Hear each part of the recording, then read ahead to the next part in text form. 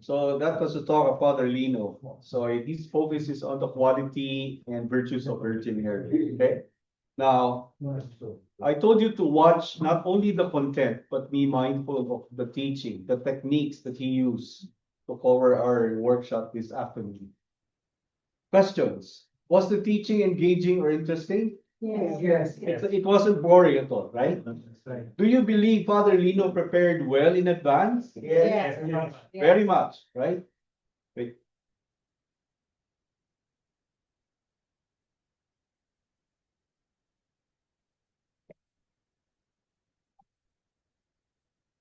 Those online are seeing the notes. Oh, sorry.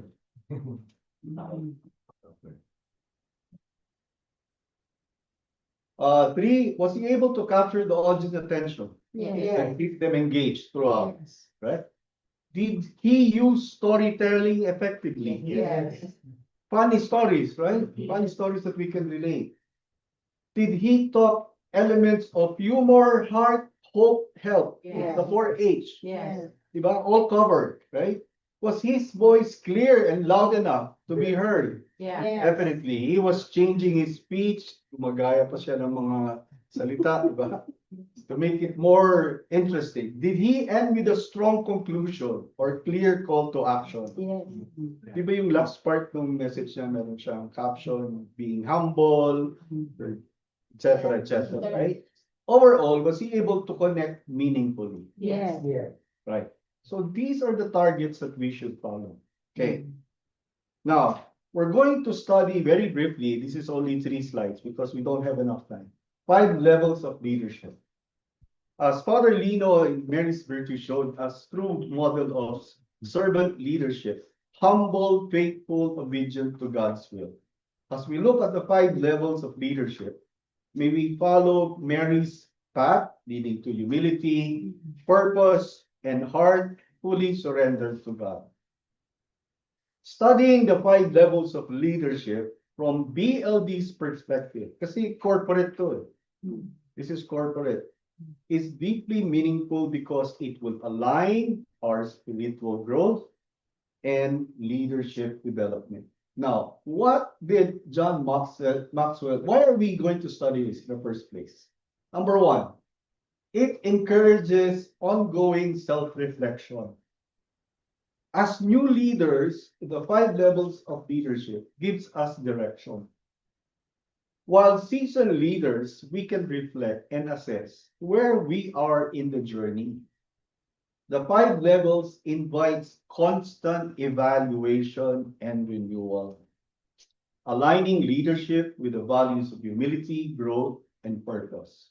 Number 2, growth in servant leadership.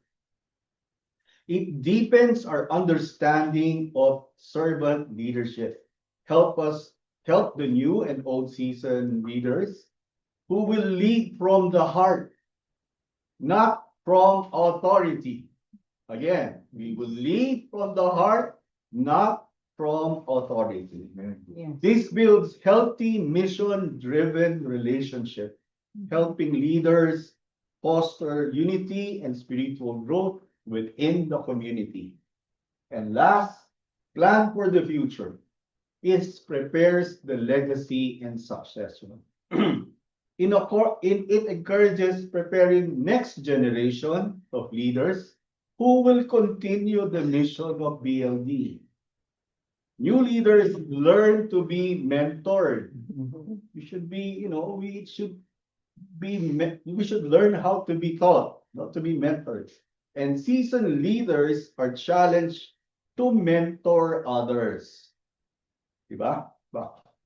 This creates a cycle of discipleship and endures the ministries remain strong even as people transition. So this is why we're going to study. Now, John Maxwell defined levels of leadership as 5 levels. Number 1, position. Number 2, permission. The 3rd level, production. 4th, people development. And 5th, pinnacle. Position. People follow you because they have to. Remember, this is corporate, okay? The example of Father Lino, naging supervisor na. People follow you because you're the supervisor, because you have the title. Okay. In corporate world, permission. People follow you because they want to. Influence comes from relationship and trust. As a leader in the corporate world, you have to gain the relationship, the rapport of your team for them to follow you. You go beyond knowing their personal, personal information. O ilan anak mo? When were you married? Saan ka nakatira? What's your interest? That's how you gain relationship with your staff. Yeah. Then people begin to follow you because you have already relationship. Third, production. People follow you because of what you have done. You are helping your team, trying to fix their problem, trying to solve their problem. You deliver result and help the team succeed. This is where the team is already, we know each other, we know each other's strengths and weaknesses. We master all the strength to move forward. This is the production stage. You are already production. Now, people follow you, the fourth, people development. People follow you because of what you have done for them. You promoted them, you trained them, you helped them.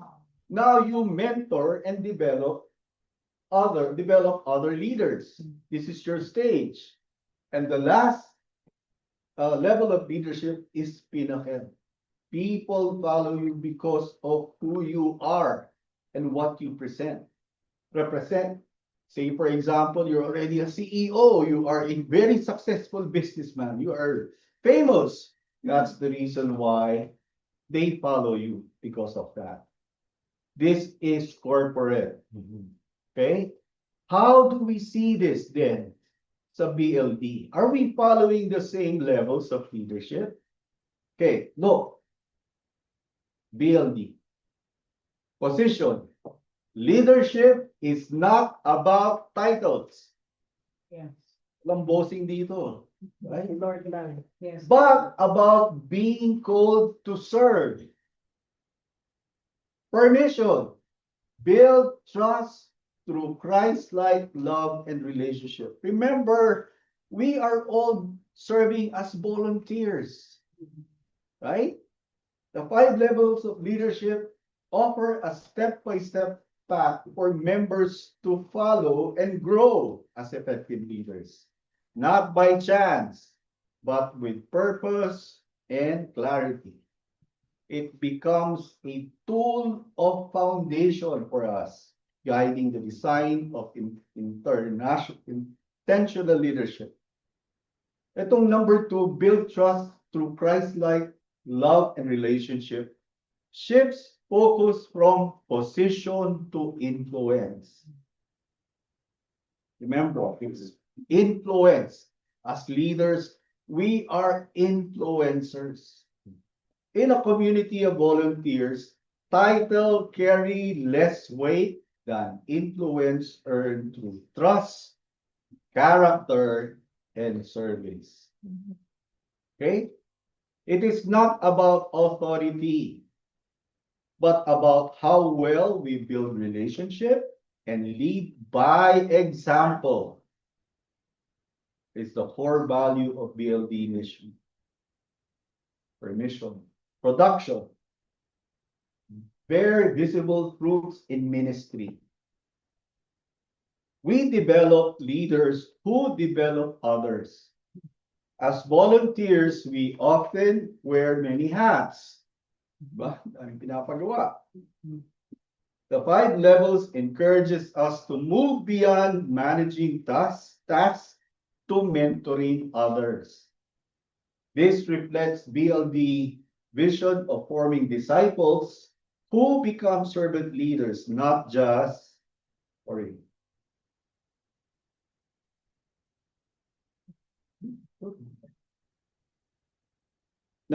doers of ministry. Okay. Foster a culture of leadership. Volunteers come and go. The 5 levels supports the building of leadership pipeline, where leaders intentionally prepares others to carry the mission forward. Diba? We should train new leaders. Yes. We cannot live forever. Yes. Okay?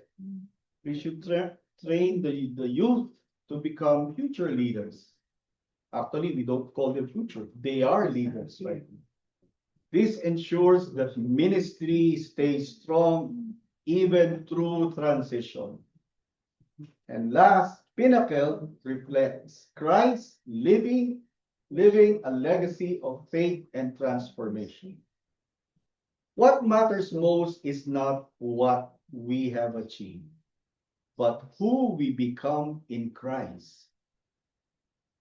The 5 levels reminds us that great leadership is measured by lasting spiritual impact, not visibility or recognition.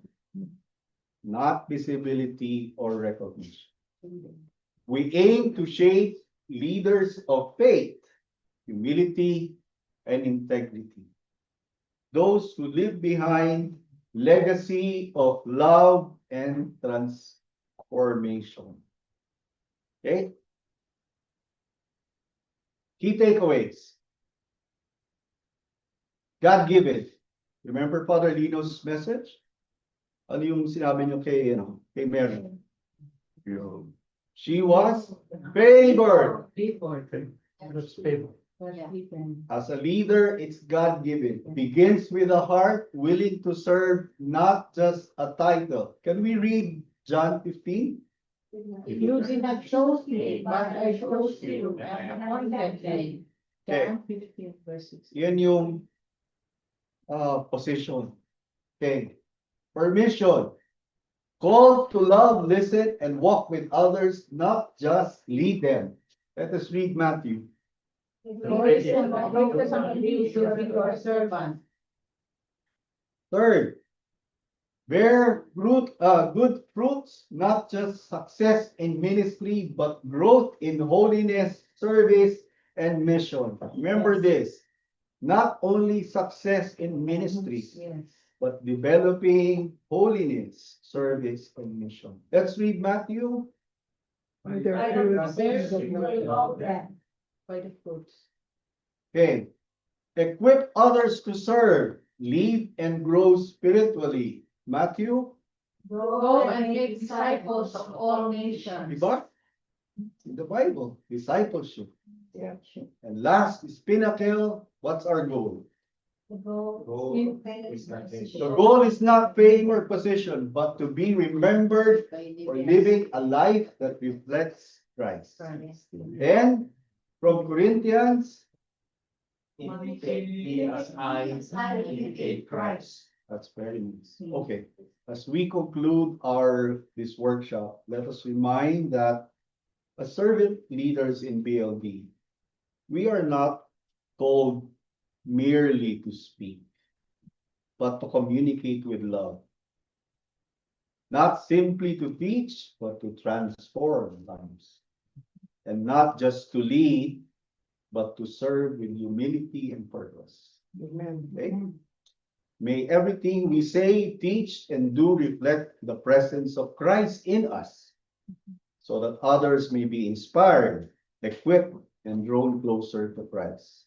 So let's go forward and with courage and grace to lead like Jesus, live like Jesus, and love like Jesus. Amen. Amen. Let's close it with our prayer.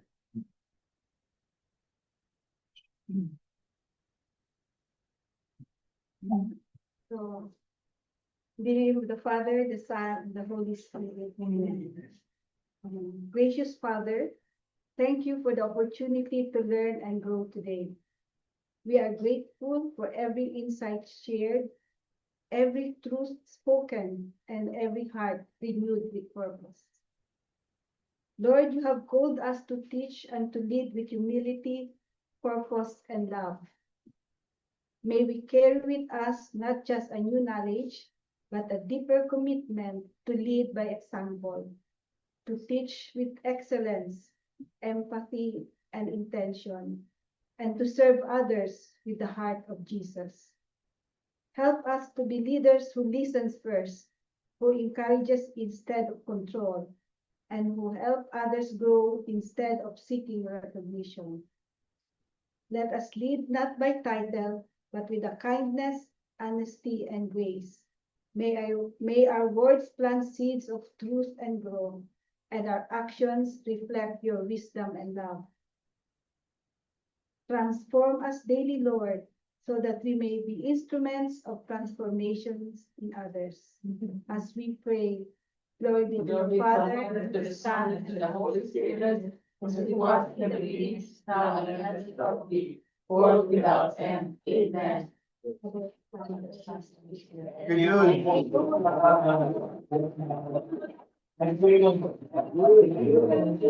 you, everybody.